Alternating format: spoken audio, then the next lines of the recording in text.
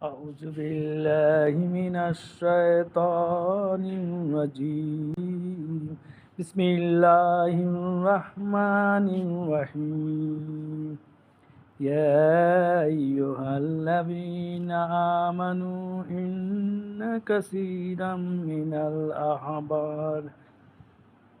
الأحبار والرهبان ليأكلون أموال الناس بالباطل ويصدون عن سبيل الله والذين يكنزون الذهب والفضة ولا ينفقونها في سبيل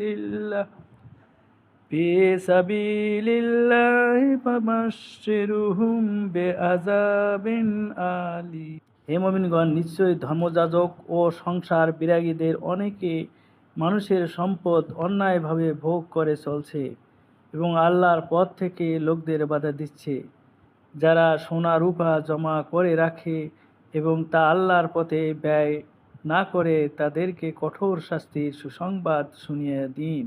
يوم يحمى عليها في نار جهنم فتكوى بها جباههم وجنوبهم وظهورهم هذا ما كنزتم لأنفسكم فذوقوا ما كنتم تكنزون। সেদিন জাহান্নামের আগুনে তা উত্তপ্ত করা হবে, তা আর যারা তাদের ললাট পার্শ্ব পৃষ্ঠ দেশকে দগ্ধ করা হবে। সেদিন বলা হবে, এ তো তাই যা তোমাদের নিজেদের জন্য জমা রেখেছিলে, সুতরাং এখন আস্বাদন করো যা জমা করে রাখতে। আমি সূরা তওবার 34 এবং 35 নম্বর আয়াত তেলাওয়াত করেছি এবং অর্থ করেছি। এই দুইটি আয়াত থেকে বোঝা যায় যে সোনা রূপা যারা জমা করে রাখে এবং যাদের ফিক্সড ডিপোজিট আছে, তাদের যে সোনা রূপার বর্তমান যে নগদ মূল্য এবং যে ফিক্সড ডিপোজিট যত টাকা নগদ যে ক্যাশ আছে, প্রতি বছর এক বছরে প্রতি বছর 2.5% হারে তাদের মহান রব্বুল আলামিন জাকাত খরচ করেছে। যারা এই জাকাত আদায় করবে না তাদের ভয়াবহ শাস্তির কথা বলা হয়েছে। কিয়ামতের দিন এই সমস্ত সোনা রূপা দগ্ধ করে তার পিঠে, কপালে, বগলে জাহান্নামের আগুন দ্বারা দগ্ধ করা হবে এবং তাই আমাদের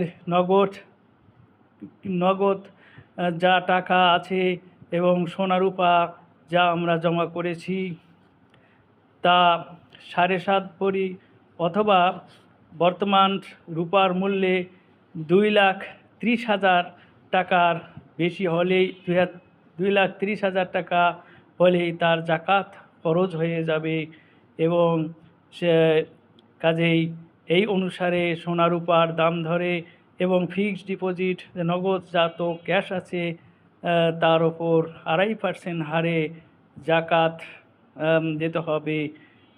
যে ইহা ফরজ, ইহা হিসাব করে দিতে হবে। নামাজ যেমন যে নির্দিষ্ট যে সঠিকভাবে যে নামাজ যেমন কম পড়াও যায় না, বেশি পড়াও যায় না, জাকাতও অনুরূপভাবে নির্দিষ্ট হিসাব করে আমাদের দিতে হবে। তা না হলে এই জাকাত আদায় হবে না। মহান রব্বুল আলামিন আমাদের সোনা রূপা নগদ অর্থের যথাযথভাবে জাকাত প্রদান করে মহান রব্বুল আলামিনের নির্দেশ পালনের তৌফিক প্রদান করুন। যারা জাকাত দিতে চায় না তারা কারুনের কথা যেন মনে রাখে। তারা বর্তমান যুগের যে কারুন যে জাকাত দিতে অস্বীকৃত করেছিল তাদেরও অবস্থা সেরকম ভয়াবহ হবে। কাজেই মহান রব্বুল আলামিন সারা বিশ্বের মুসলমানদেরকে যথাযথভাবে জাকাত আদায় করার তৌফিক প্রদান করুন। আমিন। ওয়াখিরে দাওয়ানা আলহামদুলিল্লাহি রাব্বিল আলামিন। আসসালামু আলাইকুম ওয়া রাহমাতুল্লাহ।